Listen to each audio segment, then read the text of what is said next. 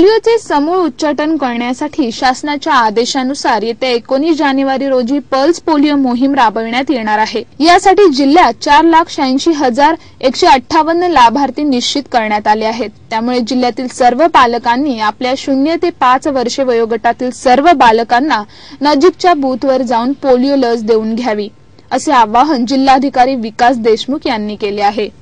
जिल्ह्यात 1995 पासून pulse polio मोहीम राबविण्यात येत आहे। यामुळे 1999 पासून जिल्ह्यात एकही पोलिओचा रुग्ण आढळून आलेला नाही। ही स्थिती कायम ठेवण्यासाठी येत्या 19 जानेवारी रोजी पुन्हा पल्स पोलिओ लसीकरण मोहीम राबविण्यात येणार आहे। लसीकरण मोहिमेसाठी जिल्हा प्रशासनाने जय्यत तयारी केली असून ग्रामीण भागात 4110 लसीकरण बूथ लावण्यात येणार आहेत।